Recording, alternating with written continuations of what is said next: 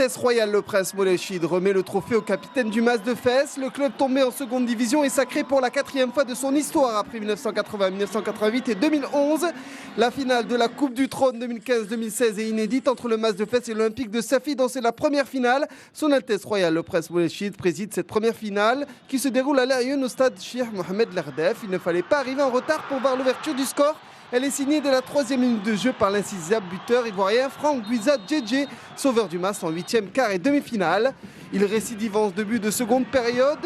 Le ballon passe à quelques centimètres du gardien de but. La deuxième mi-temps est plus fertile en termes d'occasion. L'Olympique de Safi domine, se rapproche de plus en plus de la cage gardée par Yahya El Filali. Mehdi Nemli provoque finalement un pénalty un peu sévère. Le milieu de terrain Safio le transforme lui-même après l'heure de jeu. L'OCS revient finalement dans le match.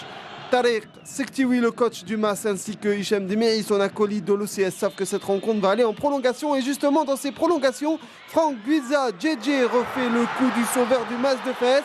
Son coup franc trompe la vigilance de Hamza Hamoudi et les hommes de Tariq Sektiwi s'envolent vers le sacre dans la nuit de Laayoune. Malgré les dernières 20 tentatives de l'Olympique de Safi, la Coupe du Trône a choisi son camp, c'est celui du Mas de Fès.